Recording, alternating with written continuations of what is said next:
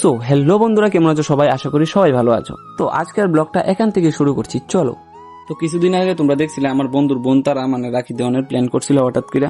তো আমরা এই দিন হঠাৎ করে গেছিলাম, তোমরা সাথে এই কথাটা তো শেয়ার করছিলাম। তো আমার বোন তারাও কিছুদিন আগের থেকেই মানে প্ল্যান করে রাখছে। তো আমাদের ফ্যামিলির মধ্যে একটু প্রবলেম আসতো, তো তার লিগে ডেটটা একটু ফিকচার লাগছে। তো আজকেও আমরা বাড়িতে মানে প্ল্যান করছিল যে বর্দি তারা যে আমরা রাখি দিব।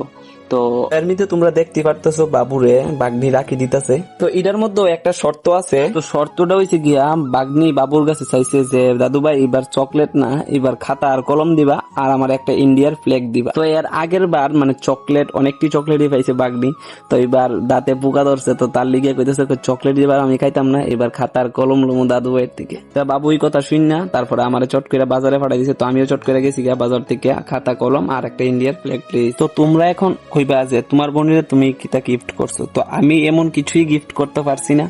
তো আমার একটা প্ল্যান আছে যে আমার বোনের ভালো একটা কিছু অবশ্যই রান্না করে খাওয়াবো, আর এই ভিডিওটা আপনাদের সাথে অবশ্যই শেয়ার করব।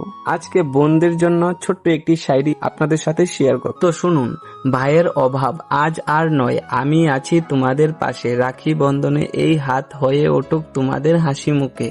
তো আপনাদের কাছে কিরকম লাগলো অবশ্যই কমেন্ট বক্সে জানাবে, আর ভালো লাগলে লাইক শেয়ার কমেন্ট অবশ্যই করবেন।